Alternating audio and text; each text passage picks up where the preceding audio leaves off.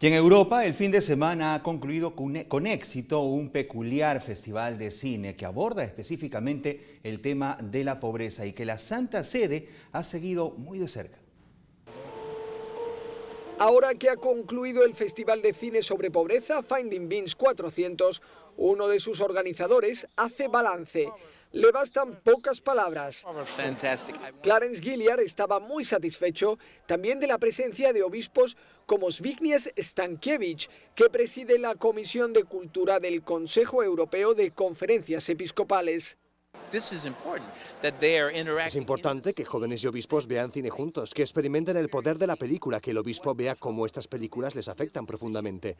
Eso le ayudará a pensar cómo hablarles, cómo usarlas para sus homilías o para explicar el catecismo.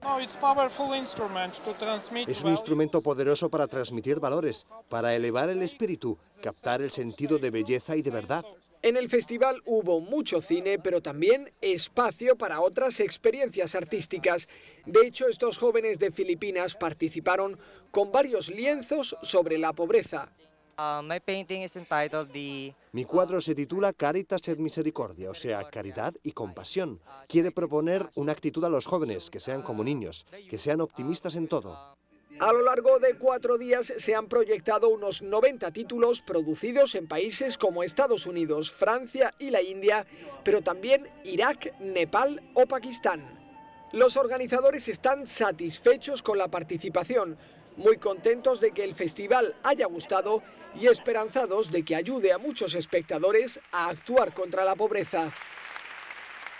Y a propósito del rezo del Ángelus, ayer el Papa Francisco ha aprovechado esta importante oportunidad en que se reúne con una gran cantidad de personas para reflexionar sobre lo que más temprano fue la clausura del Sínodo de los Obispos, y sobre ello ha dicho que ya hay frutos, como lo ha destacado la página AICA, la Agencia Internacional Católica Argentina. Ha dicho lo mismo, ha afirmado que los frutos de este trabajo ya están fermentando, como hace el jugo de la uva en los toneles después de la vendimia, y ha comparado el Sínodo de los jóvenes como una buena vendimia que promete un buen vino, a la vez que aclaró que el primer fruto de esta asamblea sinodal debería estar precisamente en el ejemplo de un método que se ha tratado de seguir desde la fase preparatoria. Finalmente, el Papa Francisco ha invitado a todos a invocar la intercesión de la Virgen María, Madre de la Iglesia, a quien encomendó el agradecimiento especial a Dios por el don de este sínodo de los obispos y sobre todo de la participación de los jóvenes. Hubo una frase muy bonita que, por cierto, lanzó el fin de semana,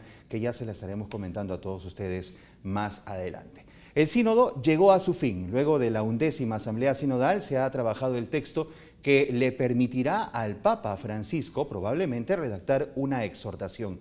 Conozca enseguida algunas claves de este documento.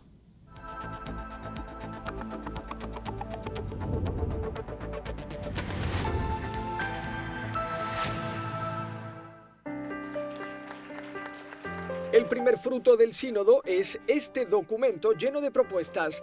Los obispos lo han entregado a Francisco y lo habitual es que el Papa lo use para escribir un texto magisterial, técnicamente una exhortación apostólica. El documento presenta las conclusiones de las 3 semanas de intercambio de impresiones de 267 obispos y sacerdotes de todo el mundo. Son 167 puntos que han votado y aprobado por mayoría superior de 2/3. Tarea nada fácil, pues es casi imposible hacer un texto al gusto de todos. Para prepararlo reunieron a jóvenes en sus países y en Roma escucharon las historias y los interrogantes de 37 jóvenes con perfiles muy distintos. E adesso lo Spirito Santo vi regala questo documento per tutti noi, anche per me, per riflettere cosa vuol dirci a noi. Grazie tante a tutti, grazie a tutti. El documento sigue como hilo conductor la escena del Evangelio de los discípulos de Emaús. Luego propone cuestiones concretas para ayudar a los jóvenes. El documento recuerda que cualquier dominación o discriminación basada en el sexo ofende la dignidad humana. Son cuestiones que plantearon muchas de las participantes y también muchos obispos. Sí, creo que mis ideas se han tenido en cuenta. Llevé cuestiones relacionadas con la participación de los laicos en la Iglesia, incluidas las mujeres, y llamé la atención cuando el lenguaje me parecía demasiado masculino, pero también lo hicieron algunos hombres. De hecho, el documento denuncia que en muchos lugares cuesta dar espacio a las mujeres, incluso cuando se trata de asignar tareas que no requieren el sacerdocio. El texto condena los abusos y pide a la Iglesia que reconozca y actúe contra cualquier abuso, ya sea de poder, económico, de conciencia o sexual. Yo diría a los jóvenes, si como Iglesia os hemos decepcionado, os pido perdón, pero no dejéis a Cristo porque algunos de nosotros hayamos fallado. Además, el texto da las gracias a las víctimas que han tenido el valor de denunciar a sus agresores. El documento pide que la Iglesia dé una formación sexual que no se limite a consejos esporádicos o ocasionales, es decir, que se proponga la castidad de un modo atractivo que muestre su valor para el crecimiento personal. Además, elogia que algunos países hayan propuesto caminos de acompañamiento en la fe para personas homosexuales y recomienda que se sigan ofreciendo. Pide que esos itinerarios ayuden a quienes participan a reconocer el deseo de pertenecer y contribuir a la vida de comunidad y a discernir las mejores formas de realizarlo. La vocación era uno de los temas principales del encuentro y aparece mencionada a menudo en el documento final. En la parroquia me habían enseñado muchas cosas, pero lo que realmente me ayudó a decidir poner mi vida al servicio de la Iglesia no fue lo que me habían explicado, no fue una idea. Fue la gran experiencia de conocer a gente que había malgastado, entre comillas, o dedicado su vida completamente a Jesús. Y eso golpeó mi corazón. El documento recuerda que todas las personas están llamadas a ser santas. Dice que la juventud es la edad de las decisiones y lamenta la cultura de lo provisional que favorece que se prolongue indefinidamente la adolescencia y la falta de toma de decisiones.